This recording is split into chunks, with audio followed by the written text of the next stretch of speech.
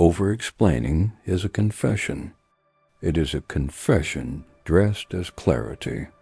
It reveals the thing you try to hide. It hands your doubts to the room. It begs for mercy. It begs for proof. Why do we spill so much? Why do we feel compelled to justify? Listen, silence is not empty. Silence is a weapon. Silence is a shield. Silence is a strategy. Marcus Aurelius wrote to himself. He wrote in private. He reminded himself to act, not announce. He warned against needless words. He knew power attracts noise. He knew noise invites attack. When you explain, you expose your map. You show where you are vulnerable. You hand others the route to doubt. Do you want that? Do you want your weakness cataloged? Seneca lived under constant watch. He learned to conserve his voice. He taught timing for speech. He said less is often more. Every sentence costs something. Every explanation reduces mystery. Mystery is leverage. When you reveal everything, you lose influence. Modern psychology names this paradox of disclosure. Too much sharing reduces perceived competence. People trust what resists easy capture. They respect what remains partly unknown. Over-explaining signals low internal certainty. It signals hunger for external proof. Hunger is visible. Need repels respect. Epictetus was once a slave. He learned the cost of loose words. He practiced restraint as survival. He spoke only when necessary. He let actions speak louder. This is discipline, not fear. It is a trained silence. Neuroscience explains the mechanism. The prefrontal cortex governs restraint. Under stress, it weakens. We revert to explaining. We try to fix social danger with words. Words soothe briefly. They rarely solve the root. They often inflame the wound. Therapists call this cognitive reassurance. It reduces anxiety for a moment. It increases avoidance over time. The habit becomes automatic. You explain to avoid silence.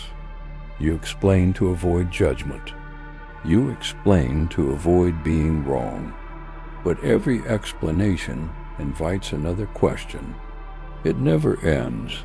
There is a quieter path. It begins with a pause. Pause before you speak. Count to 3. Breathe, ask one question. Is this necessary? Is this useful? If not, remain silent. Silence preserves dignity. Silence forces others to fill space. They reveal themselves first. You gain information without cost. You keep your power. This is tactical. It is moral too. Stoics believed virtue needs no announcement. Modern studies confirm restraint builds credibility. People who speak less seem more competent. They are judged more confident. Confidence is quiet. It does not need explanation. It needs consistency. Over-explaining is often a performance. We perform to be liked. We perform to be forgiven. We perform to be understood. But performance is fragile. It depends on others. It requires constant maintenance. Silence does not require applause. Silence does not seek permission. Silence waits. It watches. It measures. Imagine a room where everyone speaks first. Imagine a room where one person waits. Who controls the conversation then? Who sets the tone? Who decides the pace? The quiet person does. They do not dominate. They direct. They let others reveal their hands. They act on information, not assumption. They conserve energy. They conserve dignity. There is a social calculus at work. Every explanation is a transaction. You spend credibility to buy understanding. Sometimes the price is too high. Sometimes the purchase is unnecessary.